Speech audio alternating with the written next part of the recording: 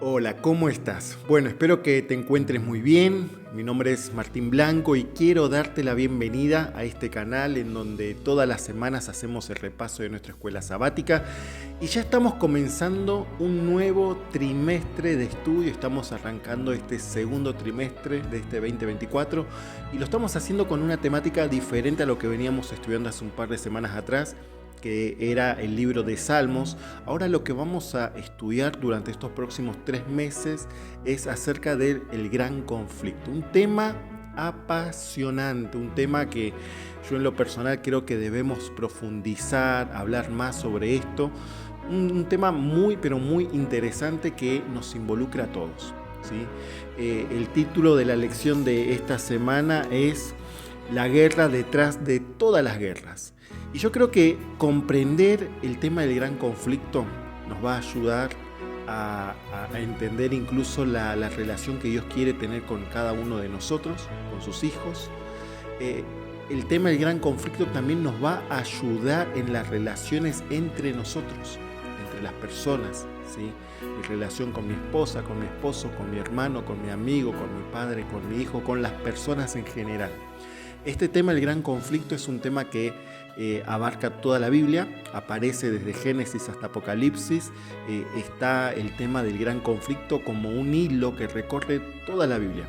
Y todos estamos involucrados en este tema. Creamos o no creamos, estamos de alguna manera involucrados en este asunto que tiene que ver entre el conflicto entre el bien y el mal. Y vamos a estudiarlo de forma profunda, tenemos mucho tiempo para poder estudiarlo, así que hoy vamos a ver una especie de introducción a este tema. Así que bueno, te invito a que te quedes hasta el final de este video, que puedas también compartir este video en tus redes sociales, que lo puedas compartir allí con tus alumnos de escuela sabática, que puedas compartirlo con tu clase, que puedas dejar algún comentario, me gustaría escucharte, leerte, y también que puedas suscribirte a este canal porque vamos a estar todas las semanas compartiendo un resumen. Así que quédate ahí hasta el final.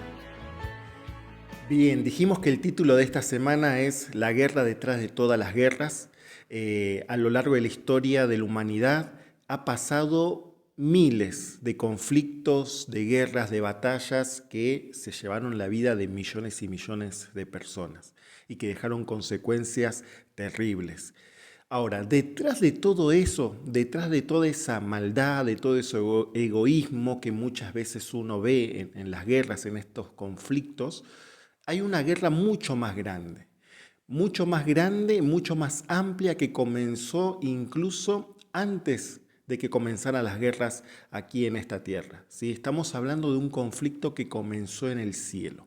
Este conflicto, esta rebelión de parte de Satanás, comenzó en el cielo. El pecado, la rebelión contra Dios, no es algo que se origina en la tierra, sino que es algo que se origina en el cielo. Hay un versículo que vamos a leer, que aparece también allí como versículo de memoria al principio, que está en Apocalipsis. Apocalipsis capítulo 12, versículo 7 al 9, dice lo siguiente. Apocalipsis capítulo 12, versículos 7 al 9. Yo estoy leyendo la nueva versión internacional. Dice así: se desató entonces una guerra en el cielo. Miguel y sus ángeles combatieron al dragón. Este y sus ángeles a su vez le hicieron frente, pero no pudieron vencer, y ya no hubo lugar para ellos en el cielo. Así fue expulsado el gran dragón, aquella serpiente antigua que se llama Diablo y Satanás y que engaña al mundo entero. Junto con sus ángeles fueron arrojados a la tierra. La palabra de Dios es muy clara en este asunto cuando nos habla de en dónde se origina y en quién se origina, ¿sí? La Biblia dice que en el cielo hubo una guerra, donde Miguel, ¿sí?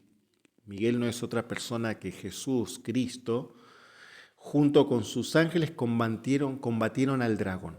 Y acá mismo justamente lo dice, ¿no? ¿Quién es ese dragón? La serpiente antigua que se llama Diablo y Satanás. En el cielo hubo un conflicto, hubo una guerra. que comenzó en el corazón de Lucifer. Lucifer, mucho antes de convertirse en el diablo o pasar a llamarse Satanás, que significa enemigo de Dios, era un ángel sumamente especial. Era el ángel, podríamos decir, era el principal de los ángeles, ¿no? Estaba la deidad, el Padre, el Hijo y el Espíritu Santo, y después en jerarquía podríamos decir que venía Lucifer. ¿Por qué? Porque él tenía una función especial. Él era el encargado de dirigir la adoración hacia el Creador, hacia Dios. ¿Sí? Era el encargado de las huestes celestiales, era el principal de los ángeles, era un ángel perfecto, un ángel poderoso, pero aún así, en el corazón de Lucifer se originó el egoísmo, la envidia, la maldad, sentimientos que ni siquiera él mismo entendía en sus comienzos. ¿Sí? Un poco de esto habla el Antiguo Testamento allí en el libro de Ezequiel, el capítulo 28, versículo 12 al 15. Lo vamos a leer también, Ezequiel, el capítulo 28. Vamos al Antiguo Testamento.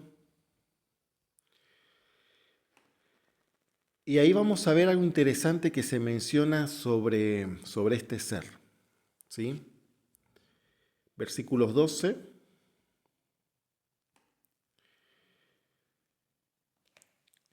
Dice así: Hijo de hombre, entona una elegía al rey de Tiro y adviértele que así dice el Señor Omnipotente. Eras un modelo de perfección, lleno de sabiduría y de hermosura perfecta. Es interesante que el libro de Ezequiel utiliza la figura del rey de Tiro para hablarnos sobre Lucifer, sobre las características de él, sobre lo que había sucedido allí en el cielo. ¿Sí? Eras un modelo de perfección, lleno de sabiduría y de hermosura perfecta. Estabas en Edén, en el jardín de Dios, adornado con toda clase de piedras preciosas, rubí, crisólito, jade, topacio, cornalina, jaspe, zafiro, granate y esmeralda. Tus joyas y encajes estaban cubiertos de oro, especialmente preparados para ti desde el día en que fuiste creado. Esto aparece allí en el versículo 13 del capítulo 28 de Ezequiel, desde el día en que fuiste creado. O sea que Lucifer fue un ser, es un ser creado. No es un ser que tiene eternidad en sí mismo, sino que es un ser creado. Así como los ángeles, así como lo somos nosotros, así como el resto de la creación de Dios, Lucifer es un ser creado. Y eso es la principal diferencia, ¿sí?, que existe entre lo que es el creador y la creación.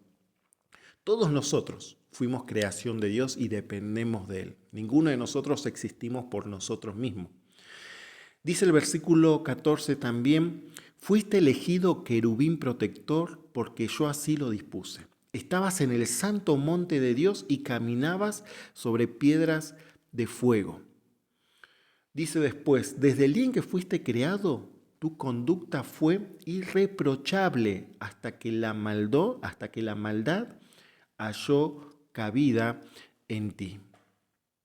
Fuiste creado irreprochable hasta que la maldad halló cabida en ti. Este versículo nos habla de un momento específico, ¿sí?, de un momento donde Satanás, Lucifer, empezó a dar lugar a ciertos sentimientos.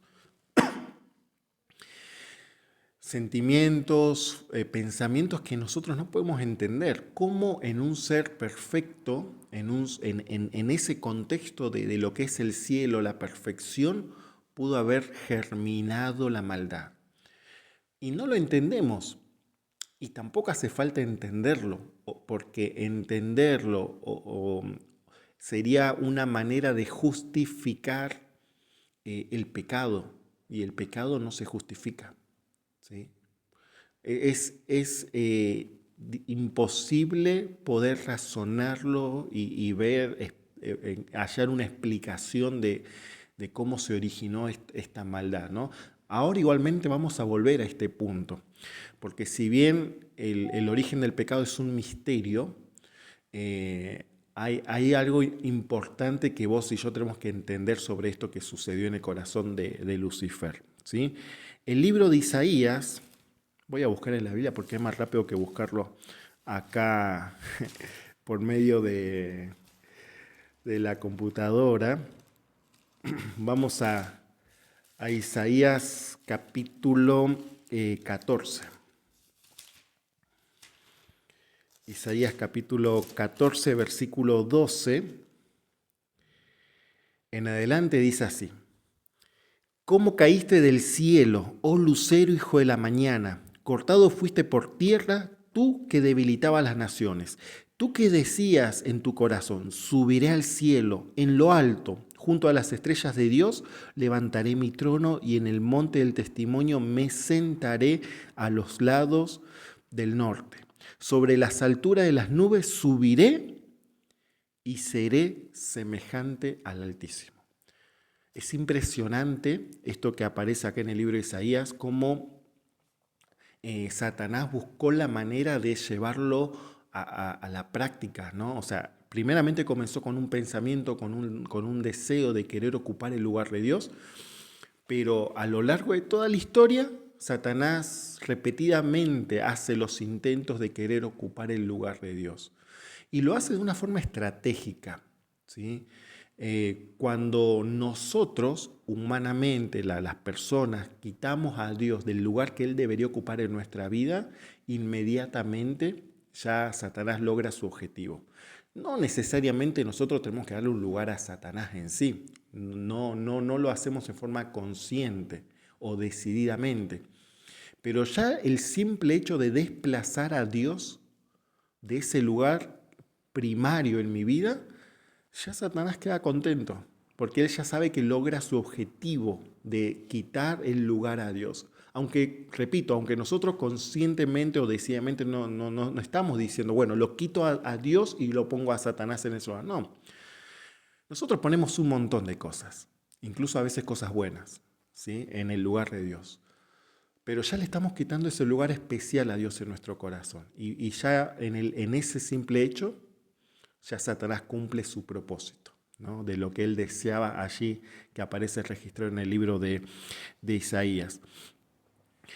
Hay algo que nosotros tenemos que entender esto de la creación de Dios, ¿no? Que también se aplica en el caso de Adán y Eva.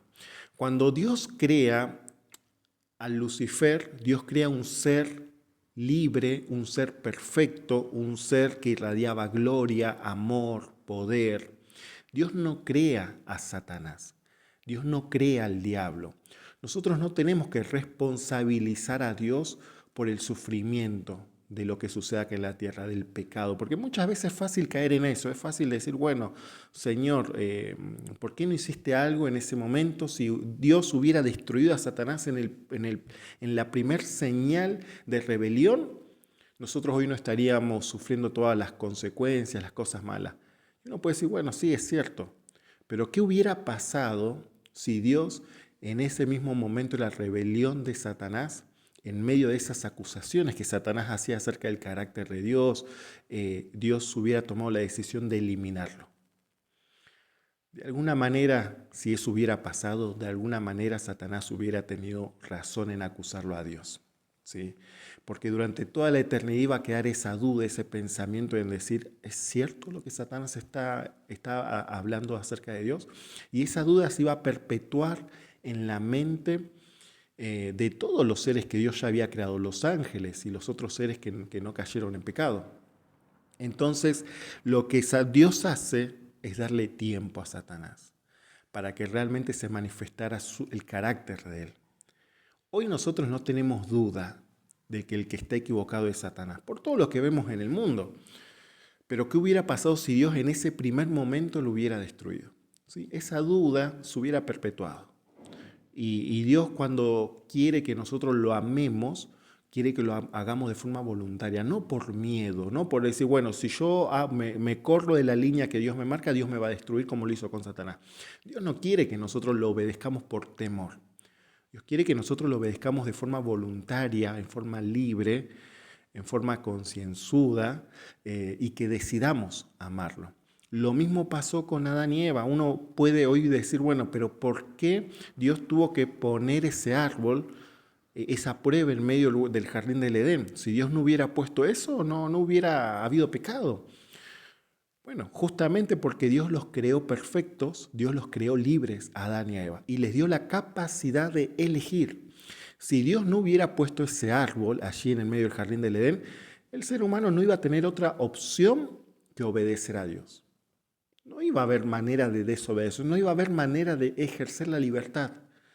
Entonces, Dios al poner ese árbol está dando al ser humano la libertad de elegir.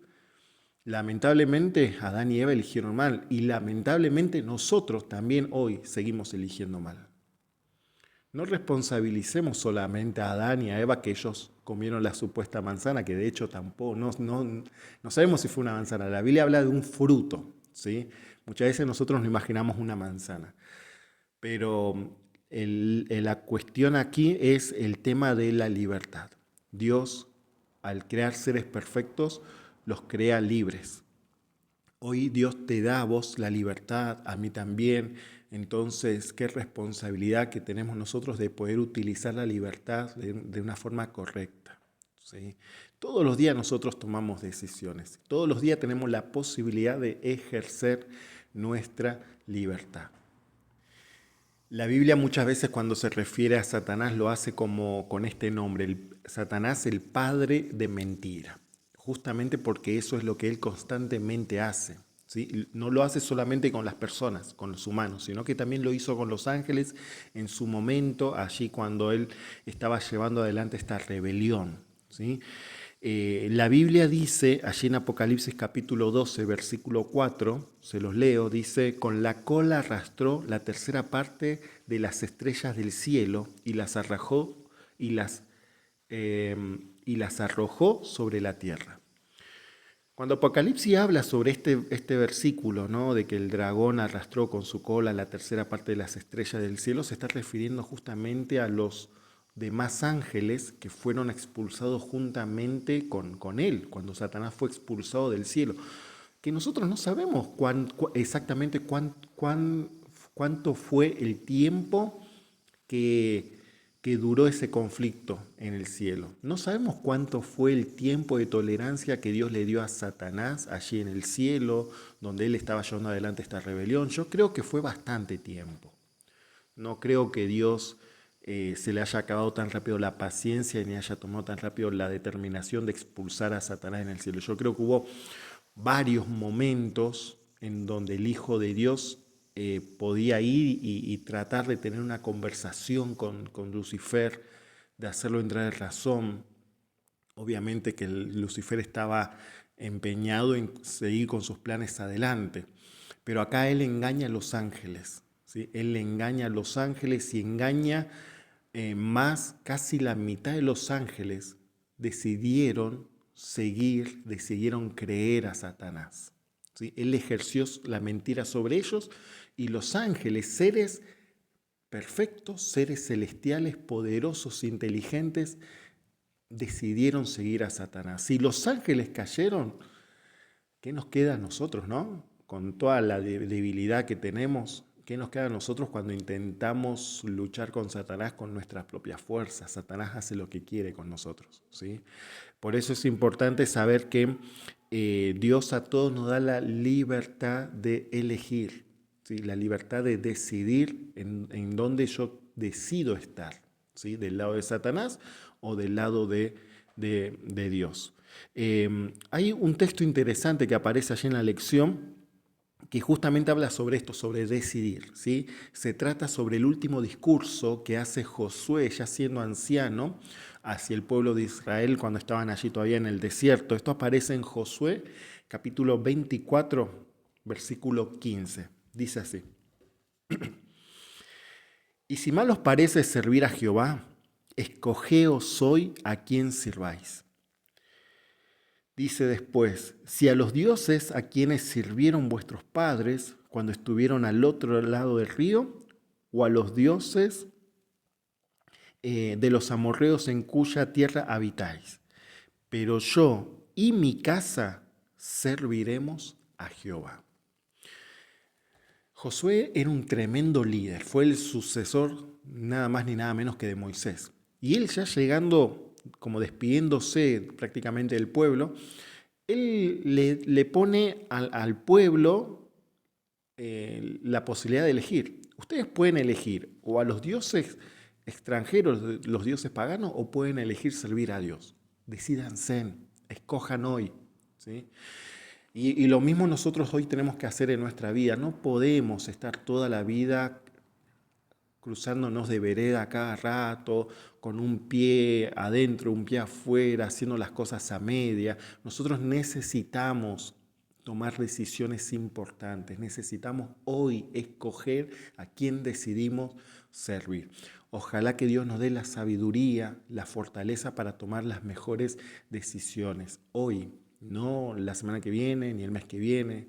Hoy es el día que nosotros hoy tenemos potestad, tenemos la posibilidad de elegir qué es lo que debemos o qué es lo que queremos hacer con nuestra vida. Una vez que Dios emprende la creación aquí en el planeta Tierra y empieza a transcurrir los días, hay una frase que Dios repite y aparece allí en Génesis. Cuando Dios termina de hacer algo, ya sea en el primero, segundo o tercer día, Dios dice, esto es bueno y bueno en gran manera. O sea, toda la creación de Dios fue perfecta, fue buena. No sabemos cuánto tiempo duró en ese estado de perfección, ¿sí?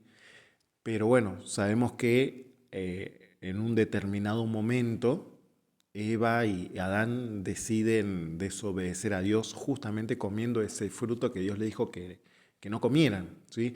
Y a partir de ahí ellos abren una puerta al pecado, ¿sí? A partir de ahí ellos mismos empiezan a experimentar las consecuencias del pecado, no solamente en lo físico, sino en lo espiritual, en lo emocional. Ellos empiezan a sentir miedo de la presencia de Dios a tal punto que se esconden, empiezan a sentir vergüenza, empiezan a buscar manera de cubrir sus cuerpos. En el momento que ellos pecaron, su cuerpo empezó a sentir una brisa fría, ¿sí? Y no solamente ellos, sino que la naturaleza, la creación de Dios que había sido buena y buena en gran manera, empezó a ver las consecuencias del pecado. Las flores empezaron a crecer espinos, ¿sí? Las hojas empezaron a marchitarse, ¿sí? Los animales empezaron a comerse entre ellos. Ya no era tan fácil que la tierra diera sus frutos, ¿sí? Entonces, el pecado no solamente afectó la relación entre Dios y el hombre, sino que afectó toda la creación de Dios. Toda la creación de Dios fue impactada por este fenómeno del pecado. El apóstol Pablo, allí en Romanos 3:23, dice lo siguiente, pues todos han pecado y están privados de la gloria de Dios. Y un poquito más adelante, en el capítulo 5, versículo 12, dice, por tanto, como el pecado entró en el mundo por un hombre, y por el pecado la muerte, así la muerte pasó a todos los hombres, por cuanto todos pecaron. La Biblia es muy clara, muy directa al decir que todos nosotros somos pecadores. No hay ni siquiera uno que pueda decir yo no soy pecador. No es solamente consecuencia de Adán y Eva que pecaron allá en el principio, la realidad de nosotros, sino que todos nosotros pecamos. Y todos nuestros pecados tienen consecuencias, que no solamente afectan nuestra vida, sino que afectan nuestro entorno. Afecta a nuestra familia, afecta a nuestras relaciones, afecta a nuestra esposa, afecta a nuestro esposo, afectan a nuestros hijos.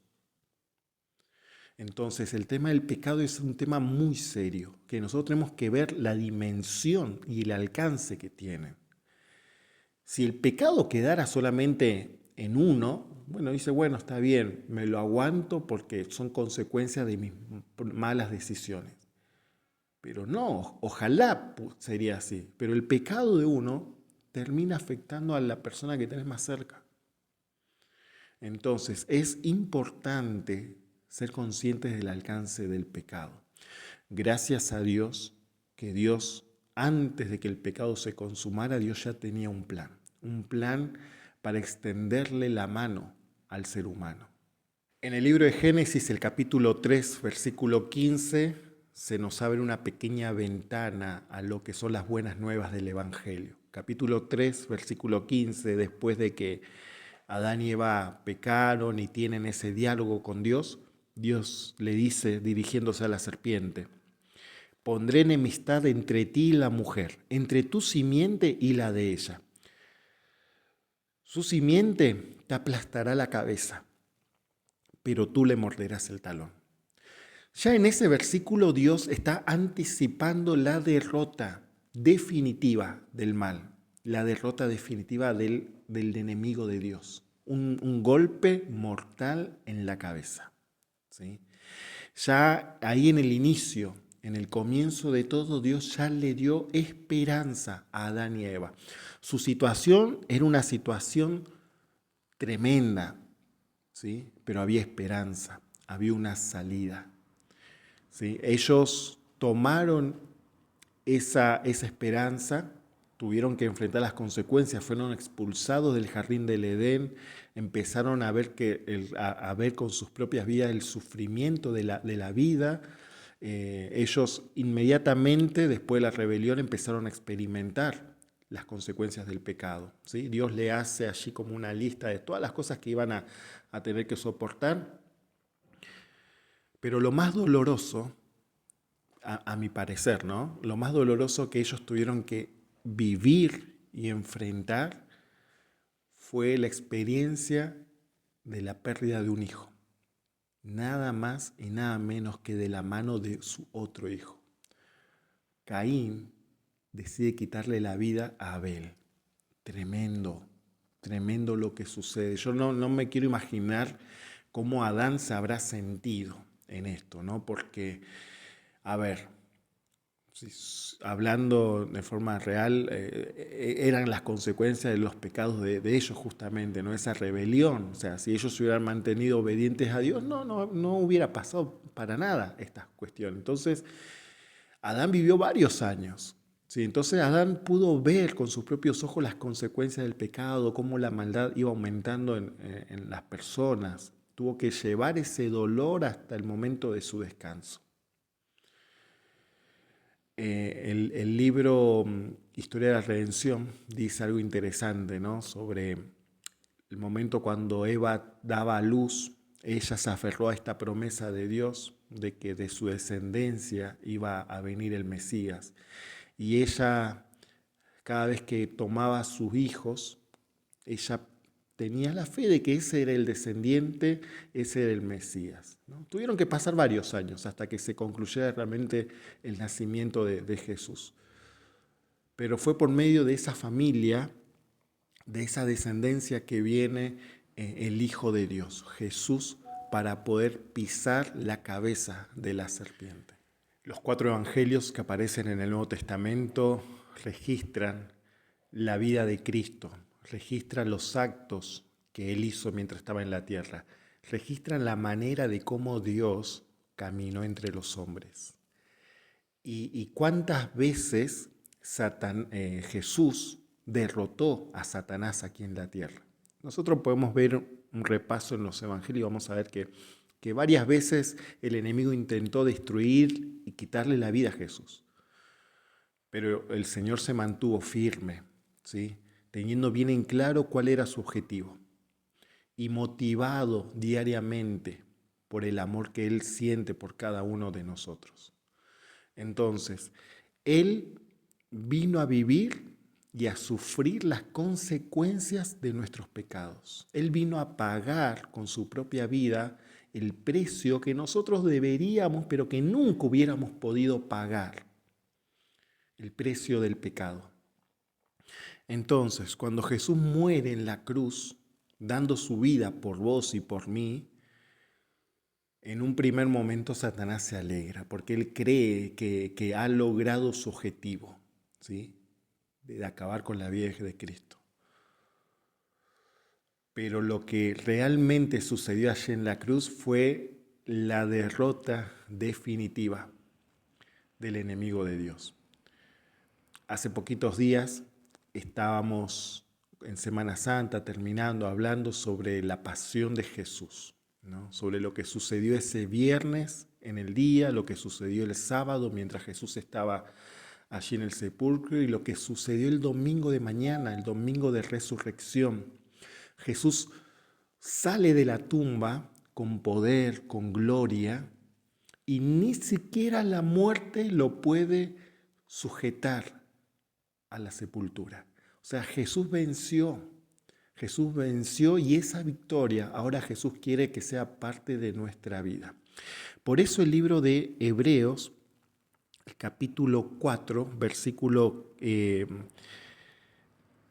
14 en adelante, dice así: Por tanto, teniendo un gran sumo sacerdote que traspasó los cielos, Jesús, el Hijo de Dios, retengamos nuestra profesión, porque no tenemos un sumo sacerdote que no pueda compadecerse de nuestras debilidades, sino uno que fue tentado en todo según nuestra semejanza, pero sin pecado. Acerquémonos, pues, confiadamente al trono de la gracia para alcanzar misericordia y hallar gracia para el oportuno socorro. Impresionante lo que dice acá la palabra de Dios, ¿no? Tenemos nosotros un sumo sacerdote, tenemos a alguien que está intercediendo en este momento por vos y por mí. Jesús, mientras estuvo en la tierra, cumplió una fase del plan de salvación, que fue la de exponer su vida por nosotros. Él estuvo allí como sacrificio, ¿sí? Como cordero. Ahora Jesús está como sumo sacerdote, está en otra etapa, en otra fase del plan de salvación. Hoy Jesús está como sumo sacerdote intercediendo por cada uno de nosotros. Y tenemos todo a nuestro favor. Tenemos la intercesión de Cristo, tenemos la obra del Espíritu Santo, ¿sí? que pone todos los recursos para que nosotros pudiéramos aceptar y hacer nuestro ese sacrificio que Jesús hizo por nosotros en la cruz. Y el deseo de Jesús de querer estar con nosotros. Allí en el Evangelio de San Juan, quiero terminar con este versículo, San Juan capítulo 17, versículos 24 y 26, dice así. San Juan 17, 24 y 26. Dice: Padre, aquello que me has dado, quiero que donde yo estoy, también ellos estén conmigo, para que vean mi gloria que me has dado, porque me has amado desde antes de la fundación del mundo. Padre, Padre justo, el mundo no te ha conocido, pero yo te he conocido, y estos han conocido que tú me enviaste. Y les he dado a conocer tu nombre y lo daré a conocer aún, para que el amor con que me has amado esté en ellos y yo en ellos. El mayor deseo que Jesús tiene es estar con su pueblo, es estar con nosotros, es estar con vos. Por eso es que Él hizo todo lo que hizo, sufrió lo que tuvo que sufrir, dio todo lo que tuvo que dar para que vos y yo hoy tuviésemos la posibilidad de la vida eterna.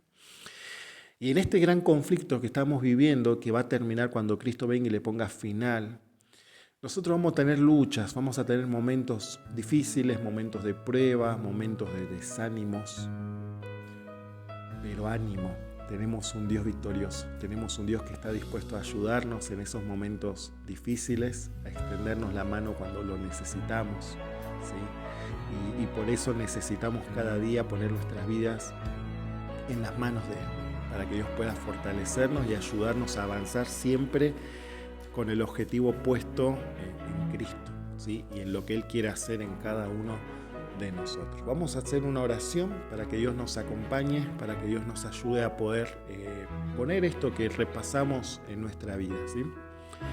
Querido Señor que estás en los cielos, queremos darte muchas gracias porque en medio de este conflicto tú estás con nosotros, Señor. Tú nunca has abandonado a tu pueblo, nunca has abandonado a tus hijos y queremos ponernos en tus manos, Señor, una vez más, agradeciéndote todo lo que tú haces por nosotros y decidiendo hoy nuevamente permanecer de tu lado, Señor.